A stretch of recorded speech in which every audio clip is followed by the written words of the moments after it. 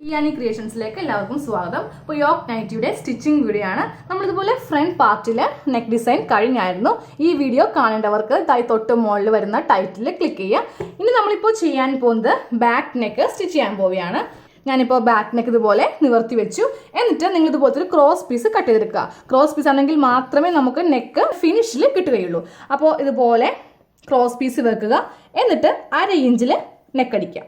1/4 ഇഞ്ചാണെങ്കിലും കുഴപ്പമില്ല. ഇനി നമുക്ക് ഓരോ ഇഞ്ച് ഇടവിട്ട് ഇതുപോലെ ചെറിയ കട്ട് ചെയ്ത് കൊടുക്കാം. കുറച്ച് ഭാഗം ഇതുപോലെ കട്ട് ചെയ്ത് മാറ്റുക. ഇനി നമുക്ക് ഷോൾഡർ അറ്റാച്ച് ചെയ്യാം. അതിനുശേഷമാണ് നമ്മൾ ബാക്കിൻ്റെ നല്ല വശത്ത് നെക്ക് അടിക്കാൻ പോകുന്നത്. അപ്പോൾ ഞാനിപ്പോൾ ബാക്ക് പീസിൻ്റെ നല്ല വശം നിവർത്തിയിട്ടു. അതിന് മീതെയായിട്ട് ഫ്രണ്ട് പീസിൻ്റെ നല്ല വശം ഇതുപോലെ വെക്കുക. അപ്പോൾ രണ്ടിൻ്റെയും നല്ല വശം തമ്മിൽ അറ്റാച്ച് ചെയ്യുക.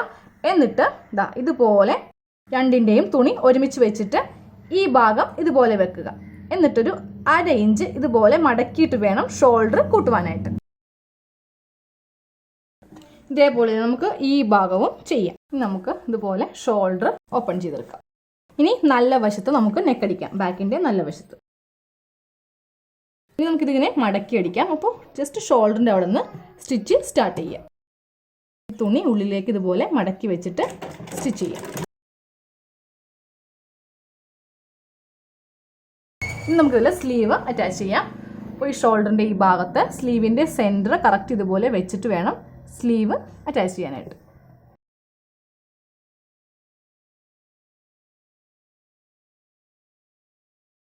ഇതേപോലെ തന്നെ നമുക്ക് ഈ ഭാഗത്തെയും സ്ലീവ് അറ്റാച്ച് ചെയ്യാം. അപ്പോൾ സ്ലീവ് ഇതുപോലെ അറ്റാച്ച് ചെയ്ത് കഴിഞ്ഞു. ഇനി നമുക്ക് താഴത്തേക്കുള്ള ബോട്ടം പാർട്ട് നമ്മൾ ഫിക്സ് ചെയ്യാൻ പോവുകയാണ്. ആദ്യമേ ഒരു ബോട്ടം ഇതുപോലെ എടുക്കുക. എന്നിട്ട് നമ്മുടെ യോക്ക് പാർട്ടിൻ്റെയും ബോട്ടം പാർട്ടിൻ്റെയും നല്ല 2 വശങ്ങൾ തമ്മിൽ അറ്റാച്ച് ചെയ്തിട്ട് നമുക്ക് 1/2 ഇഞ്ചിൽ ഇതുപോലെ ഒന്ന് സ്റ്റിച്ച് ചെയ്തെടുക്കാം.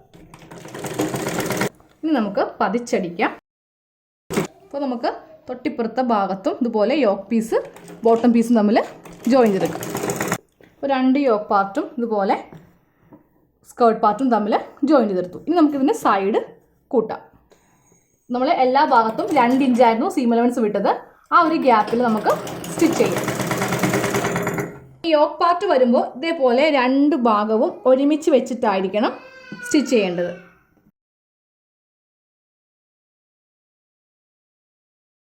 താഴത്തേക്ക് വരുമ്പോൾ ഒരു 1/2 ഇഞ്ച് ഗ്യാപ്പിൽ അല്ലെങ്കിൽ 1 ഇഞ്ച് ഗ്യാപ്പിൽ സ്റ്റിച്ച് ചെയ്യാം.